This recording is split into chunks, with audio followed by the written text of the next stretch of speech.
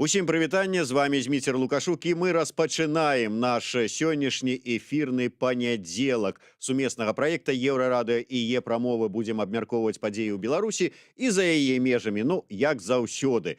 І сённяшні наш эфірны дзень мы распачынаем размовай з выдатным палітычным аналітыкам, з кіраўніком аналітычнага аддзела Белапан Александром Класкоўскім. Добрый дзень, спадар Александр.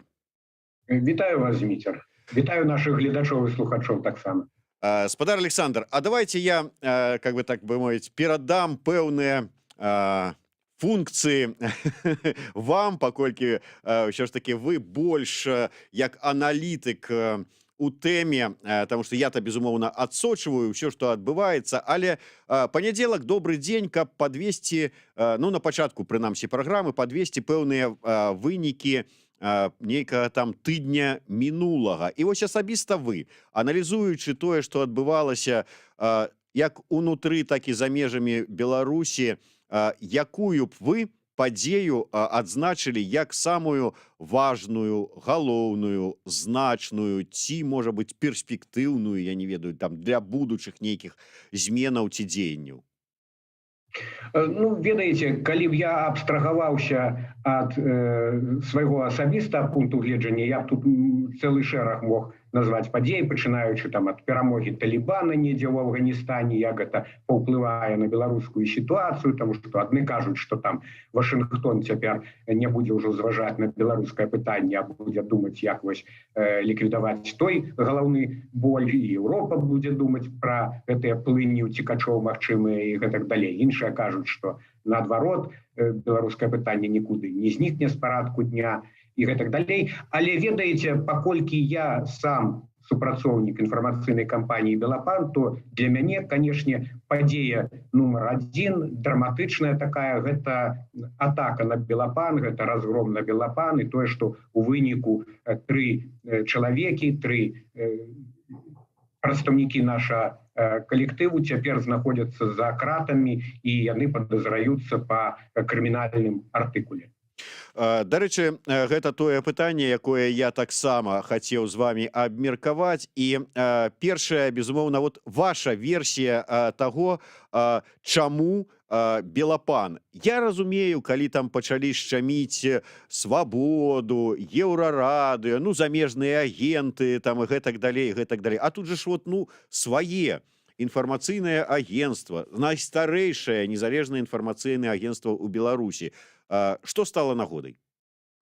Ну, для ўлады мы сваімі ніколі і не былі, хоць мы, натуральна, ніякія не рэвалюцыянеры. Мы журналісты, мы прафесіяналы, калі згадваць пра гісторыю Белапан, Алесь Ліпа, які памёр 3 гады таму, ён у 91-м годзе заснаваў Белапан, і хоць сам ён быў паэтам, такім чалавекам эмацыйным, чалавекам з ярка выражанай нацыянальна свядомай пазіцыяй, ён заснаваў Белапан менавіта як такую крыніцу аб'ектыўнай, верыфікаванай інфармацыі. Белапан прадаваў інфармацыю сваім кліентам, а ім не патрэбна нейкая там прапаганда, ведаеце, ім патрэбна менавіта фактура, якая правераная, ну і потым аналітыку мы таксама пачалі даваць. Вось за кошт гэтага мы і жылі. Таму гэта ніякі не падрыўны цэнтр, натуральна, але ўсе незалежныя медыі, усе, скажем так, непадкантрольныя беларускаму рэжыму медыі, яны сёння разглядаюцца як ворагі. Да пары да часу былі нейкія правілы гульні. Яны былі там несправядлівыя, дыскрымінацыйныя, і прэс-службы там не акрэдытоўвалі нашых журналістаў часта, абмяжоўвалі ў інфармацыі, гэтак далей, но у нейкай рэзервацыі, скажем так, давалі існаваць. Але пасля леташніх пратэстаў наверсе там вялікае начальство вырашыла, што трэба ладзіць татальную зачыстку, бо ў іх вось гэтай міфалагізаванай карціне свету недзяржаўныя медыі гэта частка такой гібрыднай вайны захаду, за ўсім гэтым нібыта стаяць заходнія лялькаводы, што ўсё гэта нейкія такія патэнцыйныя ачагі раздзьмухвання каляровай рэвалюцыі. Ну, вы ведаеце гэты набор прапагандысцкіх тэзаў. І вось у гэтай парадыгме, канешне, такіх ворагаў трэба проста знішчаць. І мы бачым, што гэты працэс, ён па-свойму лагічны, ён метадычны, ён паслядоўны, з гледзяшча уладаў сілавікі адзін кавалак праглытваюць, ператраўліваюць, потым ідуць далей. Спачатку Тутбай, потым наша Ніва, потым беларуская інфраструктура вось замежных медыяў, про якія вы згадывалі, там Белсат, Радыё Свабода, Еўрарадыё таксама ліквідавалі корэспандэнцкі пункт. Ну і нарэшце дайшла чарга, як не жахліва гэта гучыць, але вось так дайшла чарга да Белапан. Белапан, можа, не настолькі раздражняў, бо у нас пераважная інфармацыя по подписцы, але ж все одно є різні медіа використовують, і плюс є інтернет-газета «Новини Бай», тепер уже на іншому адресі «Новини онлайн», бо блокується сайт. І, конечно, ўсё гэта уладам не падносіць, так бы мовіць. Таму гэта просто лагічны чарговы этап гэтай зачысткі. 9 жніўня падчас так званай вялікай размовы з прэзідэнтам Александр Лукашенко, калі згадаў пра дэструктыўныя з яго гледзяшча медыі, ён так і сказаў даслоўна, што мы іх зачышчалі, зачышчаем і будзем зачышчаць. У гэтай сувязі сітуацыя з вызваленнем супрацоўнікаў не ўсіх, праўда, але большай часткі супрацоўнікаў прэс-клуба. Гэта калі рэальна глядзець, некаторыя там сказалі, што ну вот гэта можа быць такі знак, што рэжым гатовы да нейкага там дыялога, ці знак нам на нейкае там адлігу, пачатак адлігі. Для вас это сталася нейкім знакам? Не, абсолютно не. Тут конкретный кейс, и сама Юлия Слуцкая, вось, калі выйшла, она ў першых інтэрв'ю патлумачыла, што, па-першае, гэтыя людзі напісалі прашэнні аб памілаванні. Это вот асобны штрых. Мы ж бачым, якая палітыка рэжыму ў дачыненні да, як кажа Лукашенко, заблудшых. Вось пакайцеся, пасыпьце галаву попелам, і тады, можа, мы вам даруем. І на гэтай ніве, як мы ведаем, шчыруе Юрый Васкрасенскі, ён і падчас той самай вялікай размовы засвяціўся, яму даручылі нейкі там спіс на 100 асобаў скласці. Ці вось узяць кейс Пратасевіча, Романа Пратасевіча, з якім звязана гэта скандальная пасадка самолета Ryanair. Як толькі ён пакаяўся таксама, сказаў, што ён ўжо адракаецца ад апазіцыі, прызнаў веліч Лукашэнкі, бачыце, яго выпусцілі з-за кратаў, нават дазволілі там весці свой твиттер спачатку, а цяпер і нейкае сваё медыа ён заснаваў. Вось рэжым такім чынам паказвае, што хто пакаяўся, хто, як казалі у сталінскія часы, раззброіўся перад партыяй, ну, той можа быць дараваны. Я тут ні ў якім разе не кідаю камень у гарод там Юліі Слуцкай і яе калег, таму што вырвацца з-за кратаў, тут, ведаеце, тут трэба найперш усё ж ставіць на першы план сваё здароўе і гэтак далей, тым болей, што, як падкрэслівала Слуцкая, яны там нікога не здавалі пры гэтым, і гаворка ішла толькі пра іх саміх. Ну і яшчэ адзін момант вельмі важны, што сваякі гэтых людзей, наколькі я ведаю, сплацілі нават у падвойным памеры тую суму, якую ім выкацілі, нібыта там нясплочаных падаткаў разам з пеняй ці штрафам, ці як гэта юрыдычна называецца. Карацей, вось дзве гэтыя умовы былі выкананы, і таму іх вырашылі адпусціць, але гэта ні ў якім разе не азначае, што рэжым такім чынам пасылае нейкія сігналы. Просто у іх там ужо і камеры перапоўненыя, і у гэтым канкрэтным выпадку яны вырашылі вось такое, ведаеце, гуманізм у двукосці паказаць. Але ж разам з тым ідуць новыя працэсы, новых людзей саджаюць і хапаюць. Нават сёння, бачыце, вылічваюць тых, хто там летась у жніўні недзе засвяціўся на пратэстах, і таксама надзяваюць ім кайданкі. Так што канвеер рэпрэсій працягваецца, пакуль што канца краю гэтаму не бачна. Давайте перейдем да іншых актуальных падзеяў, якія закранаюць не толькі Беларусь, але і, ну, я не ведаю, суседнія краіны. Вось той ж самы мігранцкі крызіс. Як вы лічыце, чым это скончыцца? І ці сцішыцца беларускі рэжым вот с этим мігрантскім шантажом, а калі сцішыцца, то чаго чакаць, якіх хітрыкаў, выдумак наўзамен? Ну, мне здаецца, што пік гэтага крызісу прайшоў ужо. Нават калі глядзець лічбы, то апошнімі днямі ўжо літоўцы меней заварочваюць гэтых мігрантаў. Бачыце, Еўропа, калі перастала цацкацца і ў пэўнай ступені пачала таксама дзейнічаць грубымі метадамі, скажам, наўпрост, тыя ж літоўцы, да пары да часу яны выяўлялі такі еўрапейскі гуманізм, усіх гэтых уцекачоў там недзе ў свае лагеры змяшчалі і гэтак далей. А потым, калі атрымалі загад гэтыя людзі ў пагонах, літоўцы проста заварочваць іх назад, то ўжо з праблемай сутыкнуўся беларускі бок. І сталі казаць там пра літоўскіх фашыстаў, якія-нібыта збіваюць, забіваюць людзей, хоць гэта ўсё даволі цёмныя гісторыі, але факт тое, што праблема павярнулася супраць ужо беларускіх уладаў. Ну і другі момант, што еўразвяз зноў жа праз галаву афіцыйнага Мінска ўзяў ды і пагутарыў з ірацкімі уладамі, і тыя проста спынілі рэйсы ў Беларусь, і наадварот сталі пустыя самалёты сюды дасылаць, каб забраць гэтых небаракаў, якія трапілі паміж молатам і кавадлам. Так што вось такімі захадамі, ну і плюс усё ж такі пагрозы ўзмацнення санкцыяў, я думаю, пры ўсёй бравадзе Мінска гэта для яго не пусты гук. Усё гэта, я думаю, прымусіла беларускі бок пачухаць патыліцу і задумацца, ці варта далей весці вось такую брутальную палітыку. Так што ў гэтым плане пакуль што, я думаю, пэўная такая пауза, пэўная зацішша, тым болей, што вось паспрабавалі, відаць, на зуб у гэтым плане яшчэ латышоў і палякаў, і убачылі, што тыя таксама гатовыя даваць даволі жорсткі адказ. Так што не коціць ужо гэта стратэгія, не працуе гэты план. Ну, але гэта, канешне, не азначае, што беларускія ўлады супакоюцца, таму што насаліць, адпомсціць, стварыць галаўны боль вось гэтым брыдкім у двукосці еўрапейцам, асабліва суседзям, якія шчыруюць што да увядзення санкцыяў, ну, гэта проста фішка афіцыйнага Мінска. Ну, як яны яшчэ могуць укусіць? У плане эканамічным надта не атрымаецца гэта страляць сабе ў нагу. Хаця і ў эканамічным плане мы ж бачым, мякка кажучы, не вельмі разумныя крокі, калі там прадукцыю нейкіх заходніх фірмаў проста загадваюць спаліць, здымаць. Ну, каму вы горы зробіце? Для гэтых фірмаў там продажы ў Беларусі гэта нейкія долі адсотку, знойдуць яны дзе прадаць. А беларусам будзе горай, калі яны не знойдуць там гэту невею ці яшчэ нешта на паліцах, у іх змяншаецца выбар.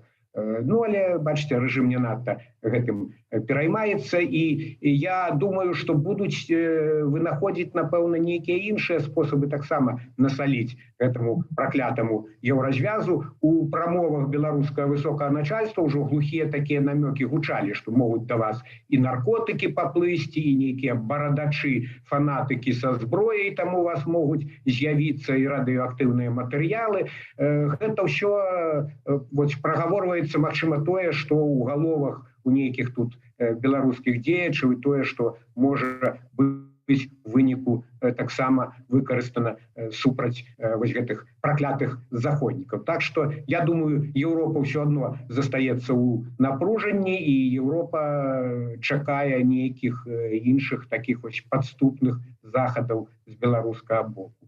Але наколькі, на ваш погляд, магчыма такая сітуацыя, што нам же зараз шмат расказваюць, што мы тут у аблозе ворагаў, што ворагі толькі і думаюць, як бы нам тут што-небудзь утварыць, і чакайце, чакайце, беларусы, дойдзе да крыві там з трупамі і ахвярамі. Той же самы ваш калега, аналітык вайсковы Егор Лебядок не выключае магчымасці і сапраўды нейкай такой вайсковай правакацыі, ці саміх беларускіх нейкіх службаў, ці, можа быць, якіх-небудзь расіян, якія перапрануцца ў, да прыкладу, форму украінскіх памежнікаў і што-небудзь зладзяць. Вось наколькі верагоднасць, на ваш погляд, такога агнявога ўзброенага канфлікту?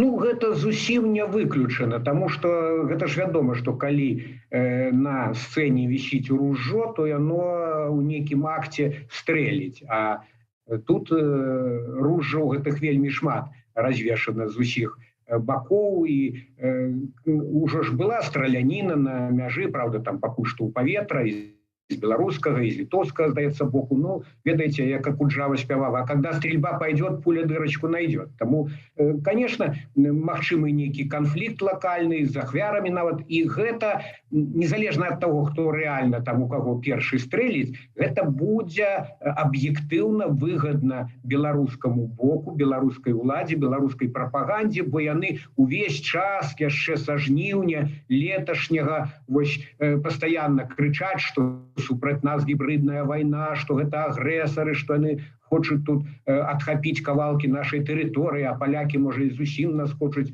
захапіць цалкам, для іх гэта крэсы ўсходнія. І калі адбудзецца такі канфлікт, калі, крый Божа, будуць ахвяры, то вось, бачыце, гэта нібыта пацвярджэнне ўсяго гэтага прапагандысцкага наратыву. Мы ж казалі, што гэта агрэсары, мы ж казалі, што гэта крывавыя фашысты, вось, бачыце, яны паказалі сваё сапраўднае обличчя. И тут факты уже будут иметь другаснае значение, тому что мы ведаем, як працуе беларуская пропаганда, як яна ўсё перакручвае з ног на галаву. Так что у прапагандысцкім плане, калі, крый Божа, нешта такое здарыцца, конечно, адпрацуюць беларускія дзяржаўныя медыі по полной программе, и беларускае кіраўніцтва гэта будзе рассказывать. Мы ж памятаем ранейшыя гісторыі, калі нібыта там змова супраць Лукашэнкі, там Чадута, Кастусёў и іншыя там, грубо кажучы, группа таких пікейных камізэлек, и их такими страшными, крыважэрнымі змоўшчыкамі, террористами выставили. И такая нейкае сілкаванне такими сюжетами, оно ж постоянно потребно беларускай пропаганде. Что ж тычыцца, вы кажете, там, можа, русские перапрануцца в украинскую форму и так далее. Калі казаць коротко, я не думаю, что сегодня Путин зацікаўлены улазить у конфронтацию с Заходом на глебе беларускага пытання, тым болей падгульваць тут беларускаму кіраўніцтву. Яно, конечно, б хотело уцягнуць і ўвесь час уцягвае Россию у гэту сваю гульню, увесь час гучыць гэты лейтмотыў, што мы ў адным акопе, што, глядзіце, Беларусь гэта толькі плацдарм для того, каб атакаваць Россию. Лукашенку гэта ўсё вельмі патрэбна, каб заангажаваць Путина, атрымаць под гэта падтрымку і маральную, і матэрыяльную, і вайсковую, калі спатрэбіцца. Але на што гэта Путин? И он, я думаю, что сегодня, по-першае, потирая руки, глядячи, як Лукашенко все болей сварится с Заходом, бо гэта узмацняе залежность Беларуси от Москвы. А по-другое, все ж таки, цяпер для Путина такая фаза, калі он с Байденом не так давно сустрэўся, и нібыта там завязаліся нейкія контакты. Меркель только что прилетала у Москву, таксама оказала павагу, и таксама там некие вяліся перамовы. Путину трэба і гэты паўночны поток-2 дабудаваць, і увогуле, калі браць расійскую гэту так званую эліту кіроўную, іх капіталы, яны ж там на Захадзе. Таму тут усё не так просто, і Путину ўжо хапіла Крыма, хапіла Донбасса, хапіла гэтых санкцыяў, якіх ён агроб ад Захаду за украінскую авантуру, і на што яму ўлазіць у нейкія авантуры Лукашэнкі. Ён спокойно стрыже дивиденды з сённяшняй ситуации. Лукашенко сам усё робіць дзеля того, каб Беларусь де-факто потрапила усё ў большую залежнасць ад Москвы. Хоть тут таксама ўсё не вельмі просто, бо беларускі правадыр кажа, палохае Захад, что калі, глядите, вы все одно, нет у вас методов против, там, як это у фильме «Место встречи» изменить нельзя.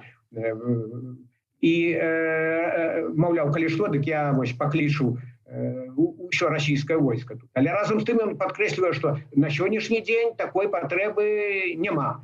То бок ён не хоча размяшчаць усё ж такі расійскія базы, бо разумее, што ў пэўны момант гэта можа павярнуцца супраць яго самога, калі Крэмль вырашыць тут памяняць гэта цяперашняга кіраўніка, які ўжо выглядае, мякка кажучы, неперспектыўным на нейкага свайго пратэжэ, на нейкую сваю фігуру. Таму і ў адносінах з Крамлём ўсё у Лукашэнкі не вельмі проста.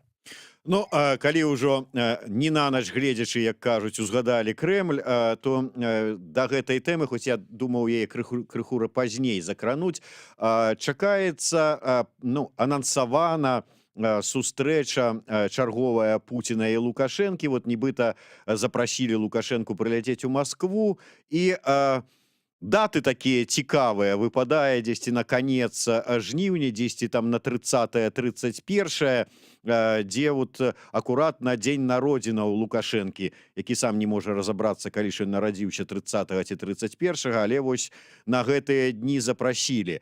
Гэта сімвалічна, і пра што, на ваш погляд, ўсё ж такі будуць ісці насамрэч размовы? Ці мае да гэтага дачынення нейкая канстытуцыйная рэформа?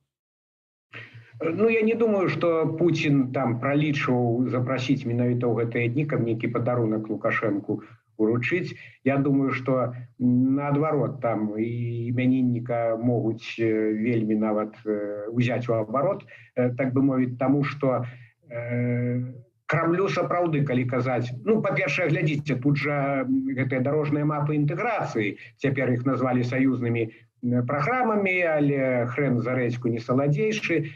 І для Москвы ўсё адно звышзадача за кошт падпісання гэтых папераў мацней прывязаць Беларусь да Расіі ў плане такім інстытуцыйным.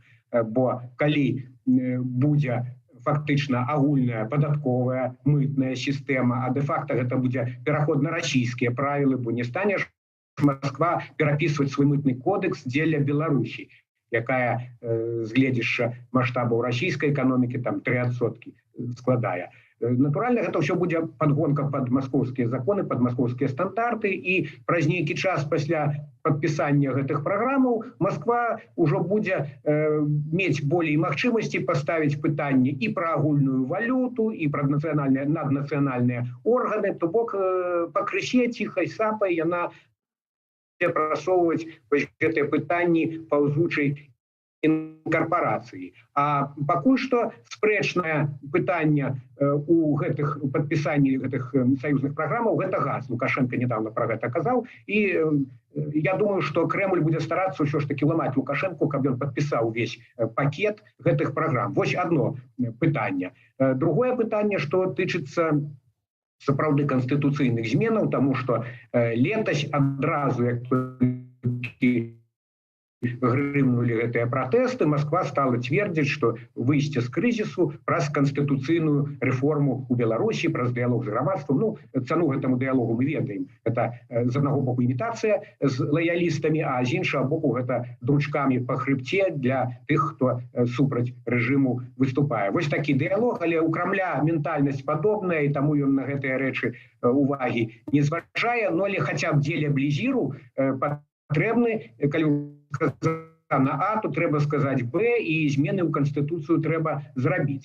Ну і чыста практычна Крэмль ўсё ж такі хоча, каб у Беларусі не такая была персаналісцкая сістэма, каб парламент нейкія правы атрымаў, каб быў нейкі абсяг для партыйнага будаўніцтва, і на гэтым полі каб гуляць, вось ствараць нейкія прарасійскія партыі, уплываць на розных гульцоў, каб не замыкаліся ўсе пытанні ў Беларусі толькі на прэзідэнце. Вось такая у Крамля звышзадача, і я думаю, што яны падштурхоўваюць Лукашэнку вось да гэтых зменаў у Канстытуцыі, бо сам ён, паглядзіце, ягоныя прамовы апошняга часу, яны вельмі непераканаўчыя. Адчуваецца, што у Лукашэнкі такая пракрастынацыя. Летась у жніўні, калі яму там на мінскім заводзе колавых цягачоў крычалі «сыходзь», ён тады сапраўды быў шакаваны, ён казаў, што хлопцы, так, зробім новую канстытуцыю, там потым колькі ж можна, дзець там праз год-паўтара, можа, новыя выбары. Прыблізна такія былі размовы. А цяпер, калі ўсё зачышчана, калі узняты ўзровень страху ў грамадстве на беспрэцэдэнтную вышыню, калі Лукашэнку здаецца, што ён зноў зацэментаваў сітуацыю, дык ён і Пуціну, напэўна, стараецца давесці, што на што тыя эксперыменты, на што тут ламаць сістэму, якая працуе. Таму, я думаю, на гэты конт будзе такая вось, магчыма, за кулісамі гэтай сустрэчы з Пуціным няпростая размова Лукашэнкі. Як вы лічыце, калі ўсё ж такі змены гэтыя ў Канстытуцыю будуць, ну вот паводле, прынамсі, таго варыянту, які выклаў у сябе Васкрэсенскі, змены адбудуцца, будзе галоўным ледзь не там органам кіравання усебеларускі сход, і галоўным чалавекам у краіне будзе старшыня там прэзідыума гэтага схода. Вось Лукашенко з прэзідэнцкага крэсла перасядзе туды, і прычым урэжуцца паўнамоцтвы па новай канстытуцыі прэзідэнта, але у кіраўніка гэтага ўсенароднага схода будуць такія паўнамоцтвы, што ён прэзідэнта новага можа выклікаць да сябе на справаздачу і даваць яму указанні, што рабіць, што не рабіць, што пры такой сістэме нешта зменіцца для магчымасцяў нейкага партыйнага будаўніцтва, ўплыву на сістэму.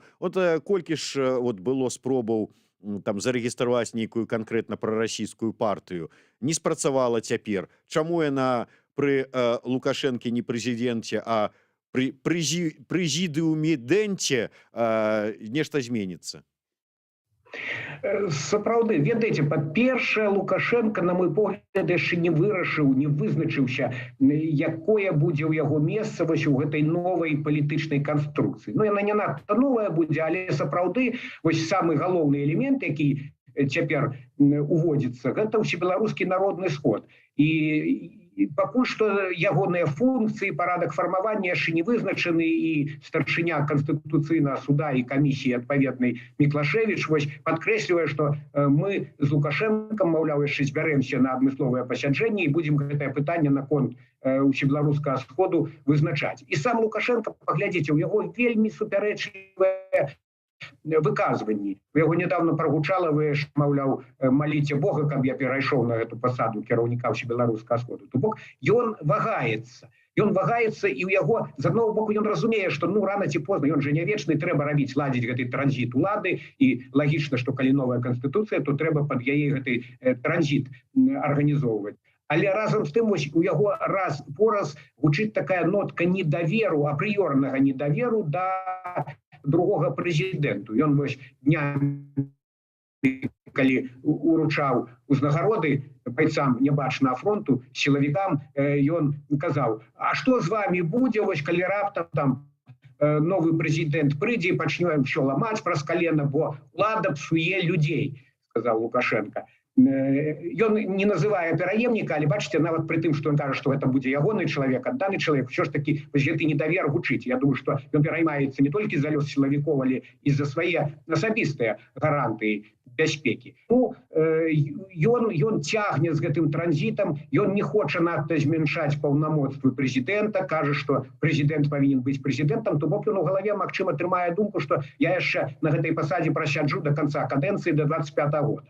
Але калі ён наважыцца перайсці на пасаду, напрыклад, старшыні прэзідыума ўсебеларускага сходу, то тут вось можа ўзнікнуць калізія, фактычна можа ўзнікнуць сітуацыя двоеўладдзя, бо пры гэтым недаверы да другога прэзідэнта, пры гэтай засцярозе, што ён можа выпусціць з рук сітуацыю, Лукашенко будзе ўсё адно тузаць лейцы, старацца перацягнуць на сябе нейкія функцыі, узяць на сябе, можа, аператыўнае кіраванне і гэтак далей. І вось тут можа ўзнікнуць фактычна канфлікт паміж галінамі улады, канфлікт паміж дзвюма кіроўнымі групоўкамі, і гэта можа прывесці да тых вось, вельмі драматычных зменаў у краіне, таму што ўся сістэма занадта заточаная на Лукашэнку. 26 гадоў ён ствараў такую выключна персаналісцкую сістэму. І калі вось увесці ў гэту канструкцыю ўсебеларускі сход, уявіць, што Лукашенко яго ўзначальвае і з'яўляецца другі прэзідэнт,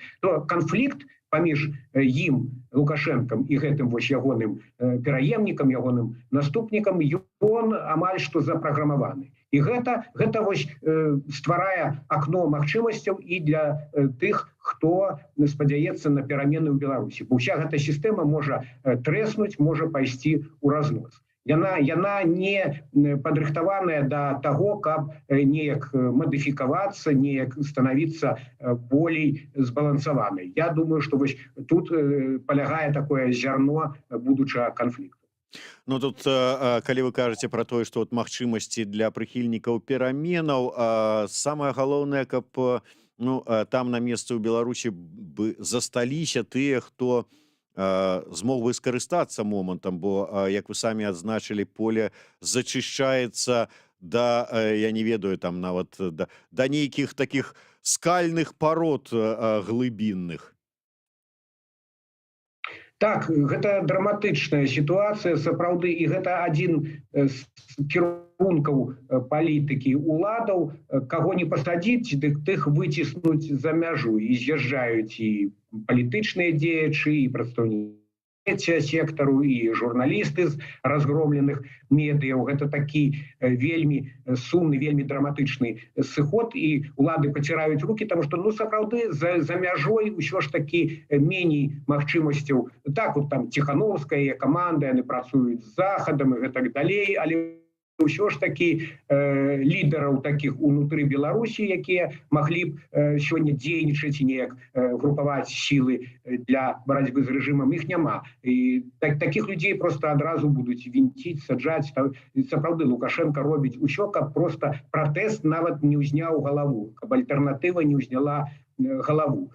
Так што я, шчыра кажучы, не бачу магчымасці, каб цягам нейкіх найбліжэйшых месяцаў у гэтым плане нешта змянілася.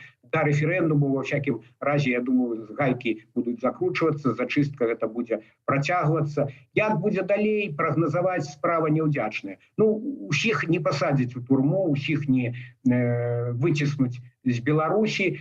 І я думаю, што мы ж летась бачылі, наколькі масавымі былі пратэсты. Як бы не казала ўлада, што гэта там нейкая купка была адмарозкаў, купка нейкіх наймітаў захаду і гэтак далей. Гэта мы бачылі, што да пераменаў, да пратэсту гатовыя былі шырокія слаі грамадства. Я думаю, што гэтыя людзі чакаюць нейкага акна магчымасцяў. Што спрацуе? Напэўна, у нейкай перспектыве спрацуе комплекс чыннікаў. І эканоміка, якая сама па сабе дэградуе, плюс санкцыі узмацняюцца, і разам з ціскам захаду ёсць ціск Крамля, і сам канфлікт гэты ўнутраны не вырашаны, і ў сістэме ёсць напружанне. Я думаю, у номенклатуры не ўсе ў захапленні, і далёка не ўсе сябе комфортна пачуваюць у сённяшняй сітуацыі. Усё ж такі, калі рэзюмаваць, то рэсурс у рэжыму не бясконцы, і гісторыя паказвае, што такія жорсткія рэжымы, так, яны могуць іншым разам і доўга трываць, але мы бачым, што нават у Венесуэле рэжым Мадуры ўжо мусіў пайсці на перамовы з апазіцыяй. Я думаю, што час і шматлікія чыннікі працуюць супраць сістэмы Лукашэнкі, таму на нейкім этапе змены непазбежныя, і, магчыма, яны нават пойдуць лавінападобна. І на заканчэнне. Сёння МВФ павінна канчаткова вырашыць, ці будуць яны 950 мільёнаў там гэтых грошай выдаткоўваць цяпер беларускаму рэжыму, ці замарозяць іх на пэўны час, каб потым, калі змены ўсё ж такі адбудзяцца, ўжо новай уладзе іх перадаць. Як вы лічыце, калі нават будзе прынятае гэтае рашэнне выдаць грошы цяпер, ці ўратуе гэта беларускі рэжым, ці гэта ўсё ж такі і ці станецца гэта нейкім знакам для беларускага рэжыму, што вот не ўсе там на захадзе такія сволачы і падонкі? Калі так будзе, то, канешне, беларуская прапаганда гэта выкарыстае, але сёння колькі грошай не дай рэжыму Александра Лукашэнкі, гэта ўсё адно будзе мала, гэта ўсё адно будзе як у прорву, таму што сама эканоміка неэфектыўная, і раней пра рэформы Лукашенка, ён самого гэта слова не любіць, яго заўжды пачынае аж трэсці, і гэта ўжо чыноўнікі саўмінна ведаюць, яны нават такой тэрміналогіі рыначнай балтаўні, як кажа Лукашенко, давно не уживаюць. Модель сама ўжо выпрацавала свой ресурс, эканамічная модель беларуская, а нешта новае прапанаваць цяперашняя ўлада не можа, і пасля падзеяў жніўня 2020 года яна стала яшчэ болей такой абскурантысцкай, болей рэпрэсіўнай, болей рэтраградскай, і ў гэтым плане, канешне, Беларусі свеціць толькі эканамічная дэградацыя. А Москва надта дапамагаць таксама не хоча, і як там у класікаў за кожны скормлены вітамін патрабуе шмат паслуг, такіх паслуг, якія ставяць пад удар беларускую незалежнасць. Таму выйсце, безумоўна, у тым, каб усё ж такі мянялася ўлада у Беларусі, і новы урад, новае кіраўніцтва ввяло зусім іншы курс. Але гэта такая перспектыва, за якую яшчэ доўга давядзецца змагацца.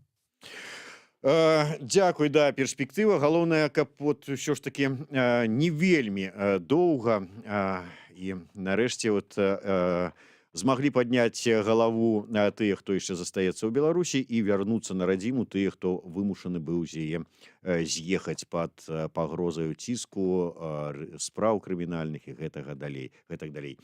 Дзякуй вялікім. Я нагадаю, што з намі на сувязі быў палітычны аналітык Александр Класкоўскі. Зміцер Лукашук працаваў для вас з варшаўскай студыі.